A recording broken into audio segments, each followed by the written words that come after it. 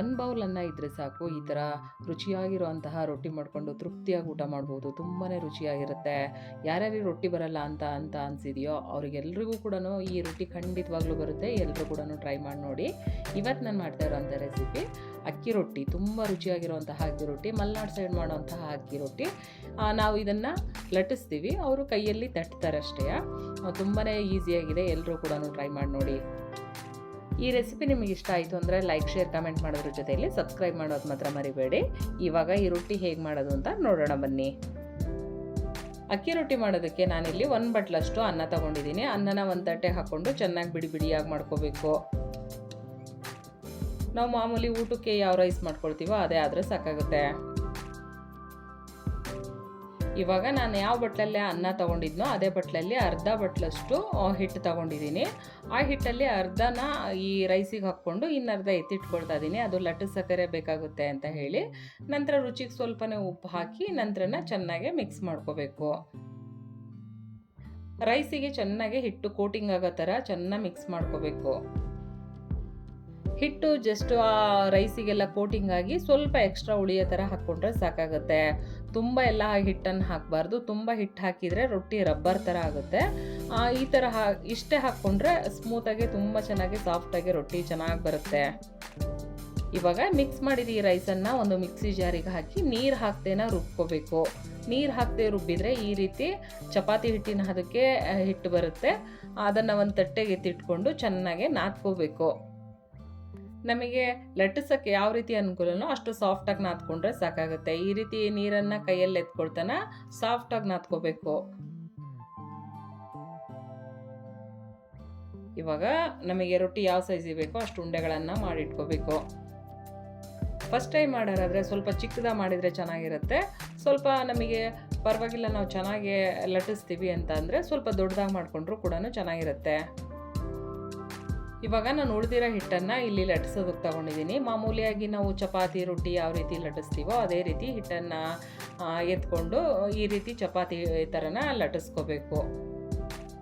ರೊಟ್ಟಿನ ನಾವು ಚಪಾತಿ ಥರ ಮೇಲೆ ಕೆಳಗೆ ಮಾಡಿಕೊಂಡು ಲಟ್ಟಿಸ್ಬಾರ್ದು. ಮೇಲ್ಮುಖವಾಗಿ ಇರಬೇಕು, ಕೆಳಮುಖವಾಗಿ ಇರಬೇಕು. ಯಾಕೆಂದರೆ ನಾವು ಹಿಟ್ಟಾಕಿ ಲಟ್ಟಿಸ್ತಾ ಇರೋದ್ರಿಂದ 2 ಕಡೆನೂ ಹಿಟ್ಟಾದರೆ ತಿನ್ಬೇಕಾದ್ರೆ ಹಿಟ್ಟಿಟ್ಟು ಅಂತ ಅನಿಸುತ್ತೆ.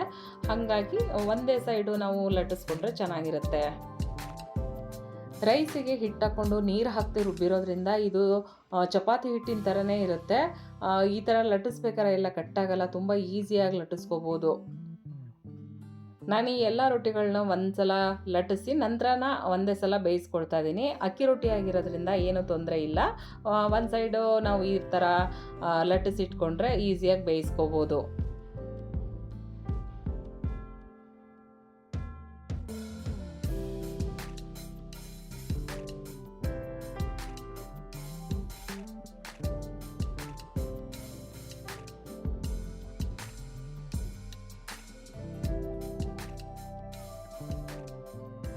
ಇವಾಗ ರೊಟ್ಟಿನೆಲ್ಲ ಲಟ್ಟಿಸಿ ಈ ರೀತಿ ಎತ್ತಿಟ್ಕೊಂಡಿದ್ದೀನಿ. ನಂತರನ ರೊಟ್ಟಿ ಹಂಚನ್ನು ಚೆನ್ನಾಗಿ ಕಾಯಿಸ್ಕೊಂಡು ನಾವು ರೊಟ್ಟಿ ಉದ್ಬೇಕಾದ್ರೆ ಕೆಳಮುಖವಾಗಿ ಯಾವುದಿತ್ತೋ ಅದನ್ನು ಮೇಲ್ಮುಖವಾಗಿ ಹಾಕಬೇಕು. ಆ ಹಿಟ್ಟನ್ನೆಲ್ಲ ಈ ರೀತಿ ಒಂದು ಕಾಟನ್ ಬಟ್ಟೆಯಲ್ಲಿ ನೀರನ್ನು ಹತ್ಕೊಂಡು ಚೆನ್ನಾಗಿ ಒರೆಸ್ಕೋಬೇಕು. ನಂತರ ನಾವು ಮಾಮೂಲಿಯಾಗಿ ರೊಟ್ಟಿ ಯಾವ ರೀತಿ ಬೇಯಿಸ್ಕೊಳ್ತೀವೋ ಆ ರೀತಿ ಬೇಯಿಸ್ಕೊಂಡ್ರೆ ಚೆನ್ನಾಗಿ ಬರುತ್ತೆ. ಗೊತ್ತಾಗಲಿಲ್ಲ ಅಂತಂದರೆ ಆ ರೊಟ್ಟಿ ನಾವು ನೀರು ಹಾಕಿ ಚೆನ್ನಾಗಿ ಒರೆಸ್ಕೊಂಡಾಗ ಅದೆಲ್ಲ ಡ್ರೈ ಆಗುತ್ತೆ. ನಂತರ ರೊಟ್ಟಿನ ನಾವು ತಿರುಗಿಸಿ ಹಾಕಿ ಚೆನ್ನಾಗಿ 2 ಸೈಡ್ ಕೂಡ ಚೆನ್ನಾಗಿ ಬೇಯಿಸ್ಕೋಬೇಕು. ನಾವು ಒಂದು ರೊಟ್ಟಿ ಬೇಯಿಸಿ ಇನ್ನೊಂದು ರೊಟ್ಟಿ ಹಾಕ್ತೀವಿ ಅಂತ ಅಂದಾಗ ಒಂದು ಒಣ ಬಟ್ಟೆಯಲ್ಲಿ ಆ ಹಂಚನ್ನು ಒರೆಸ್ಕೊಂಡು ಹಾಕಿದರೆ ರೊಟ್ಟಿ ತುಂಬಾ ಚೆನ್ನಾಗಿ ಬರುತ್ತೆ. ಮತ್ತು ಈ ರೀತಿ ಒಂದು ಸ್ಪೂನಲ್ಲಿ ನಾವು ಪ್ರೆಸ್ ಮಾಡ್ತಾ ರೊಟ್ಟಿನ ಬೇಯಿಸಿದರೆ ತುಂಬ ಚೆನ್ನಾಗಿ ಉಬ್ಬಿ ಕೂಡ ಬರುತ್ತೆ. ಇವಾಗ ಎಲ್ಲ ರೊಟ್ಟಿಗಳ್ನೂ ಕೂಡ ಬೇಯಿಸ್ಕೊಂಡಾಗಿದೆ. ರೊಟ್ಟಿ ತುಂಬಾ ಚೆನ್ನಾಗಿ ಬಂದಿದೆ, ಉಬ್ಬಿ ಕೂಡ ಬಂದಿದೆ. ಒಂದು 5ರಿಂದ 10 ನಿಮಿಷಗಳಲ್ಲಿ ಆರಾಮಾಗಿ ರೊಟ್ಟಿ ಮಾಡ್ಕೋಬಹುದು. ಇವಾಗ ಪಲ್ಯ ಚಟ್ನಿಗಳ ಜೊತೆ ಬಿಸಿ ಬಿಸಿಯಾಗಿರೋ ಅಂತಹ ಅಕ್ಕಿ ರೊಟ್ಟಿ ರೆಡಿಯಾಗಿದೆ. ತುಂಬಾ ಅದ್ಭುತವಾಗಿರುತ್ತೆ, ತಿನ್ನಕ್ಕಂತೂ ತುಂಬಾ ರುಚಿಯಾಗಿರುತ್ತೆ. ರೈಸ್ ಹಾಕಿ ಮಾಡಿರೋದ್ರಿಂದ ತುಂಬಾ ಸಾಫ್ಟಾಗಿ ಬರುತ್ತೆ ರೊಟ್ಟಿ. ಮತ್ತು ನಾವು ಮಾಡಬೇಕಾದ್ರೂ ಅಷ್ಟೇ ತುಂಬ ಟೈಮ್ ತೊಗೊಳ್ಳೋದಿಲ್ಲ. ಒಂದು 5ರಿಂದ 10 ನಿಮಿಷಗಳಲ್ಲಿ ಆರಾಮಾಗಿ ರೊಟ್ಟಿ ಮಾಡ್ಕೋಬೋದು. ತುಂಬಾ ಈಸಿಯಾಗಿದೆ. ಎಲ್ಲರೂ ಕೂಡ ಟ್ರೈ ಮಾಡಿ ನೋಡಿ. ಈ ಥರ ಮೆಂತ್ಯ ಚಟ್ನಿ, ಪಲ್ಯ, ಚಟ್ನಿ ಪುಡಿ ಒಳ್ಳೆ ಕಾಂಬಿನೇಷನ್ ಅಕ್ಕಿ ರೊಟ್ಟಿಗೆ ತುಂಬಾ ರುಚಿಯಾಗಿರುತ್ತೆ. ಇವತ್ತಿನ ರೆಸಿಪಿ ನಿಮ್ಮೆಲ್ಲರಿಗೂ ಇಷ್ಟ ಆಗಿದೆ ಅಂತ ಅಂದ್ಕೊಂಡಿದ್ದೀನಿ. ಇವತ್ತಿನ ರೆಸಿಪಿ ನಿಮಗೆ ಇಷ್ಟ ಆಯಿತು ಅಂದರೆ ಒಂದು ಲೈಕ್ ಕೊಡಿ, ಶೇರ್ ಮಾಡಿ, ಕಮೆಂಟ್ ಹಾಕಿ, ವೇದ ಜನನಿ ಚಾನಲ್ಗೆ ಸಬ್ಸ್ಕ್ರೈಬ್ ಆಗಿ ಅಂತ ಕೇಳ್ತಾ thank you. Bye. Thank you for watching.